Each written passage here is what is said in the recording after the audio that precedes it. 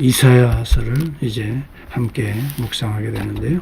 이사야서는 예수님이 오시기 약 750여 년 경에 기록되어진 것이고, 또 그 당시에 여기 1절에서 보는 바와 같이 유다왕 우시야와 요담, 아하스, 히스기야 시대에 활동했던 이사야 선지자, 그에게 주셨던 하나님의 계시의 말씀입니다.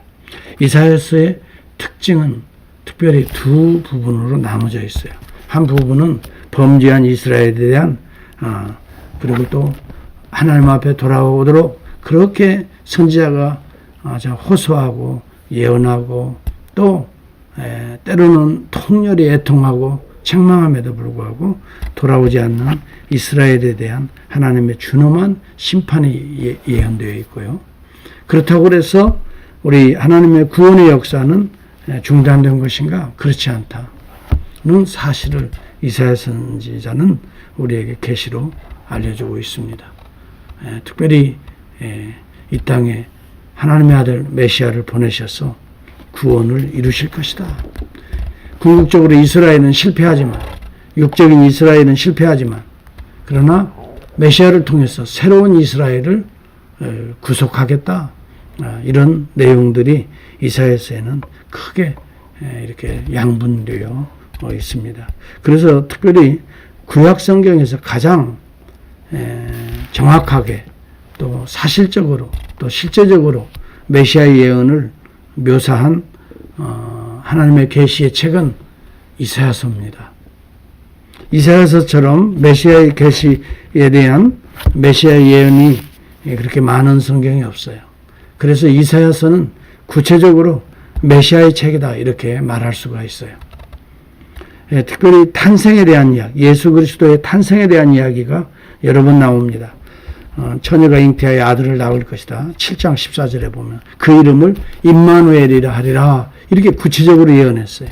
마태복음 1장에 마태가 이 인용이 그대로 성취되었다 하는 사실을 1장에서 21절 이하에 기록으로 남기고 있어요. 그래서 마태가 예언한 마태가 기록한 그 내용의 기록은 이사야 선지자가 예언했던 이 내용을 그대로 인용한다고요. 그렇게 함으로 700여 년 전에 예언된 메시아가 드디어 탄생하셨다 하는 것을 입증하고 있는 거예요. 그래서 여러분 9장 6절 7절에도 보면 예수 그리스도 오실 메시아의 정체성이 태어날 그 아기가 누구인가까지도 나와요. 한 아기가 베들레헴에서 태어나는데 그 어깨에는 정사를 메었고 그 이름은 기묘자라 또 모사라 전능하신 하나님이라 영존하신 아버지라 평강의 왕이라 할 것이다. 이렇게 이야기합니다. 이것이 구체적으로 우리 주님의 어떤 정체성과 사역을 그대로 얘기해 주고 있는 거예요.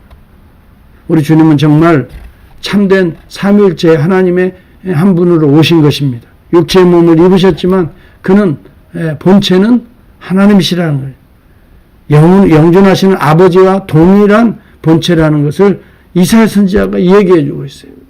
여러분 삼위일체 신학에 우리는 교리적으로 이해하면 안 돼요. 물론 교리가 분명해야 되지만 이것은 성경적인 이해가 필요해요. 하나님이 우리 주님이 그렇게 어떤 존재라는 사실을 그렇게 예언하고 있기 때문에 우리는 믿는 거지요. 단순히 어떤 장로교의 교리이기 때문에 어떤 개신교의 교리이기 때문에 믿는 게 아니거든요. 성경이 그렇게 예언하고 또 실제적으로 그분이 임마누엘이라고 말씀하고 계시기 때문에 우리가 믿는 거예요.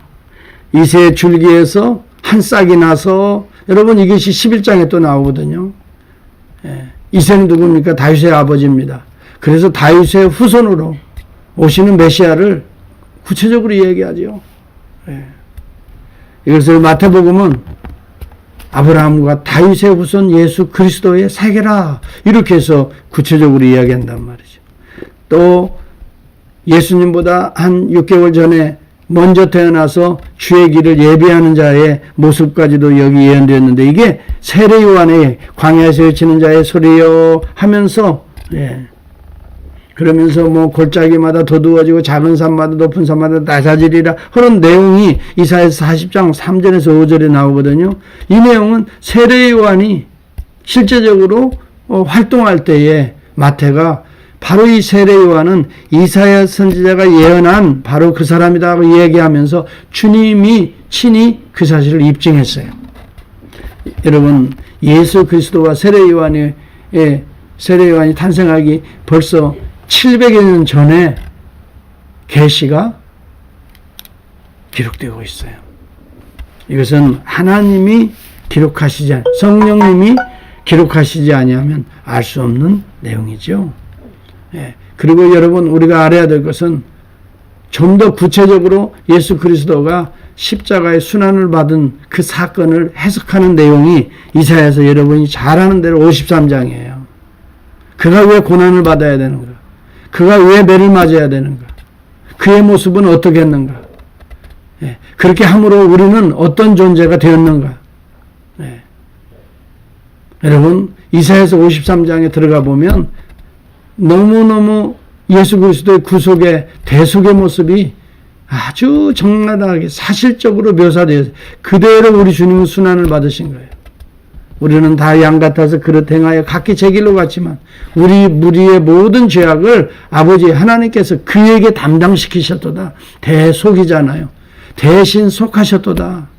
그래서 그가 맞고 그가 피 흘리시고 그가 죽으면 우리의 허물과 우리의 죄악을 인함이라. 아버지께서 그러하여금 우리의 모든 죄악을 대속하게 하시고, 여러분, 이런 구체적인 내용들이 이사야서에 나오기 때문에 이러한 내용들을 가지고 예수 그리스도의 십자가의 죽음이 단순한 십자가의 어떤 청년의 죽음이 아니라 우리 죄를 대속하시는 아버지 하나님의 참으로 메시아의 대속의 사건이다. 구속의 사건이다. 우리가 그렇게 해석하고 믿고 그대로 예수 그리스도를 통해서 대속의 은혜를 누리고 있는 거지요. 그렇기 때문에 우리 이사야서는 구약 같지만 구약에서 신약을 계시하고 있는 거예요. 그래서 여러분, 이사야서를 우리가 잘 살펴보면 신약이 담겨져 있어요. 예수 그리스도 메시아가 담겨져 있다고요. 오늘 여기 1장은 마치 서론과 같습니다. 멸망할 이스라엘의 모습을 쭉 소개해주고 있고, 그 다음에 그리스도 메시아를 통해서 어떻게 해요? 구속하실, 그래서 회복하실 내용이 이사야서 1장에 다 담겨져 있어요. 여러분, 1절에서 2절에서도 쭉 보면은 17절까지 이스라엘의 멸망받을 이스라엘의 모습들이 슬프다 범죄한 나라요, 허물진 백성이요, 백성들이 하나님의 은혜를 알지 못하고 깨닫지 못하고 하나님을 거역하였다 2절에 나오지요. 하나님을 알지도 못하고 깨닫지도 동행하지 못했다는 거지요. 그리고 그들이 왜 이렇게 하나님을 알지 못하고 깨닫지 못하였는가? 세상적으로 부패하고 썩어졌기 때문에 그렇다는 거예요. 그래서 이 안타까운 마음으로 하나님은 이사야 선지자를 택해서 그들에게 말합니다. 너희가 매를 얼마나 더 맞으려고 그러느냐 말합니다. 너희의 땅은 황폐하여 질 것이다 라고 말합니다. 그리고 소돔의 관원들아 라고 10절에 말합니다. 소돔과 고모라의 시대와 같은 상황이었다는 것을 말해주고 있습니다. 음란했습니다. 부정했습니다. 오늘 이 시대의 모습과 똑같습니다. 그리고 그들의 모습은 제사는 있었지만 형식적인 헛된 제사였습니다. 마당만 밟고 갈 사람들이 너무 많았던 것입니다. 여러분, 오늘날도 보면 이러한 모습들을 봅니다. 정말 이 코로나19를 통해서 보니까 진짜 구원받는 성도들과 그동안 마당의 뜰만 밟았던 자들의 모습이 확연히 나눠지고 있지 않습니까? 여러분, 그렇기 때문에 여러분들이 이 메시지를 잘 듣고 정말 하나님의 그 놀라우신 호소의 말씀을 드려야 됩니다. 너희 악한 행실에서 어떻게 해요? 씻고 빨리 돌아오라 이 말입니다. 오늘의 핵심적인 1장의 메시지는 또 이사야서의 전체의 메시지는 돌아오라는 것입니다. 하나님 앞에 돌아오라는 것입니다. 그렇게 되면 어떻게 되는가? 너희 죄가 추운 같을지라도 눈과 같이 헤어질 것이요 진홍 같을지라도 그 다음에 양털과 같이 휘어지리라. 어떻게 해요? 53장에 들어가 보면 메시아의 대속을 통해서, 그럼 우리가 두 가지를 기억해야 됩니다. 하나는 회개입니다. 두 번째는 메시아에 대한 영접입니다. 이것을 통해서 우리 하나님께서는 우리를 다시 정결하게 씻으실 것을 말하는 거예요. 죄가 있음에도 불구하고 죄가 없다라고 이중적으로 말씀하시는 게 아니에요. 죄를 씻어야 된다는 것을 말하는 거예요. 여러분, 이것이 대단히 중요합니다. 우리는 죄인입니다. 그런데 죄 없다고 합니까? 그러면 하나님이 거짓말 하시는 것입니다. 공의로운 하나님이 아닙니다. 중요한 것은 씻어야 된다는 말씀입니다. 여러분, 우리가 날마다 씻지 아니하고도 나는 의인이다 그럴 수 없는 것입니다. 여러분, 우리 주님의 의로 우리가 의롭게 된 것인데 우리 주님의 보혈의 십자가의 피가 중단되어서는 안 됩니다. 날마다 우리 안에 흘러야 된다 이 말입니다. 그러면 회개가 무엇입니까? 우리는 습관적으로 하는 경우가 있어요. 별로 깊이 생각하지 않고 그냥 입술에 붙은 잠깐의 스쳐 지나가는 생각으로 그냥, 여러분, 참된 회개는요, returning, 돌아오는 겁니다. 그 자리로 다시 가서 다시 또 돼지와 함께 뒹구는 삶이 아닙니다. 네. 여러분, 거기에서 나와서 이제는 날마다 씻고 정결한 그리스도에 의해 신부의 옷을 입고 살아가는 것입니다. 여러분, 이것이야말로 진정한 의미의 회개요. 예, 오늘도 저와 여러분들이 오늘 엎드려서 기도할 때에 정말 여러분들이 드려지는 기도가, 여러분들이 드려지는 이 예배가 형식적이었다면, 준비되지 아니하고, 여러분, 제사라고 하는 것은 철저하게 흠 없는 제물을 드리는 거거든요. 여러분, 우리의 몸을 드리는 거거든요. 우리가 어떻게 흠이 없을 수 있습니까? 그렇다면 흠이 없는 제물이 되려면 보혈로 씻고 정결한 마음으로 참된 입술을 열라 이 말입니다. 여러분, 회개가 습관적으로 형식적으로 이루어져서는 안 됩니다. 이 이사야를 통해서 우리가 다시 한번 이런 부분들을 깨닫고 정결하게 되어서 그리스도의 은혜로 회복의 은총이 저와 여러분에게 임할 수 있기를 바랍니다. 여러분, 우리 주님이 원하시는 것은 회복할 것이다 라고 말합니다. 26절입니다. 내가 재판관들을 처음과 같이 내 모사들을 본래와 같이 회복할 것이라. 그리한 후에야 내가 의의 성읍이라 신실한 고을이라 불리리라.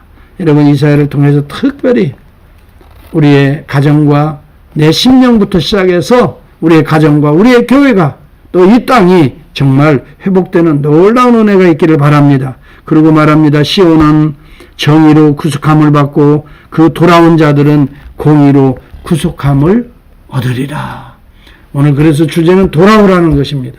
참된 회개와 우리 주님을 가슴에 모시고 이제는 습관적인 예배, 습관적인 기도 드리지 말고 온전히 구속된 자로서, 회복된 자로서 이제는 여러분 세상적인 걸 사랑하는 것이 아니라 우리 주님을 사랑하고 십자가의 보혈이 내 안에서 흘러서 십자가를 사랑하고 날마다 부활의 새 생명으로 우리의 이제 마른 땅에도 다시 순이 돋고 잎사귀가 또 꽃이 피고 열매가 맺는 이 거룩한 이사야서를 통해서 이런 회복의 은총들을 정말 체험할 수 있도록 우리가 더욱더 기도하고 물된 동산과 같이 여기는 물이 다 말라 비틀어진 물 없는 동산 같으리니 말라 비틀어진 상스리나무 같으리니 이러한 우리의 구습들을 깨끗이 태워버리고 또 씻어버리고 오늘 물된 동산과 같이